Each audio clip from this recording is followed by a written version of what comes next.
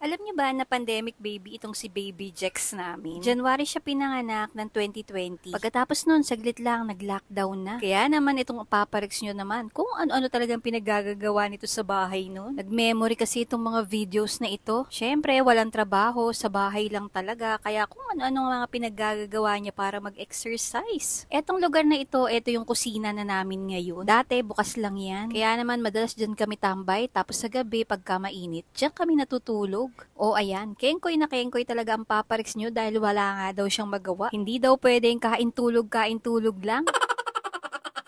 Nung unang buwan kasi talaga, as in, nasa loob ka lang ng bahay at wala kang gagawin. Ang paparix nyo, hindi sanayan ng walang ginagawa at hindi pinapawisan. Kaya ayan, kung ano-ano talagang ginagawa niyan sa bahay. Grabing experience talaga yung lockdown. Nagbago man ang mundo, ang paparix nyo, hindi yan nagbago. Napaka-maalaga talaga sa amin yan. Saka game na game din talaga yan. Dati pa mahilig na mag-TikTok tong mag-ama na to.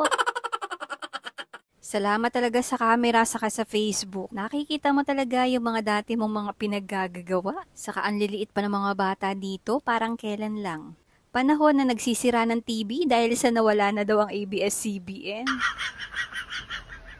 Dati pa lang, nakikiuso na talaga yan. Magilas talaga ang katawan ng paparix nyo. Parang laging gusto may ginagawa. Nung panahon ng lockdown, wala din talaga silang trabaho. Kaya naman sa bahay, siya talaga lahat ang gumagawa. Hindi dahil sa bagong panganak ako. Kasi nung panahon na yan, ako lang talaga yung makakapagtrabaho. Oo, halos magdadalawang buwan pa lang, sumasabak na ulit ako sa pagboboneless. Kasi pagkain talaga noon hindi nag-stop. Halos marami kaming binoboneless araw-araw. Syempre, hindi mo sasayangin yung pagkakataon na yun. Maswerte kami dahil meron pa rin akong trabaho noon kahit ang iba wala ng trabaho. Kaya naman nung panahon na yun, paparis nyo muna ang in charge sa bahay. Ito pa yung dati naming kusina na ngayon naman hinati na namin sa dalawa para maging kwarto. Sa pool talaga napakalinis nitong paparix nyo. Hindi lang sa katawan pati sa bahay. Alam ko meron siyang pinagdadaanan ngayon. Malungkot siya kahit hindi niya sabihin. Kaya naman sa video na ito gusto ko lang sabihin sa'yo paparix na na-appreciate ka namin. Maraming nagmamahal sa'yo, marami kami. Kapag nalulungkot ka, sabihin mo lang sa akin, kakain tayong pares.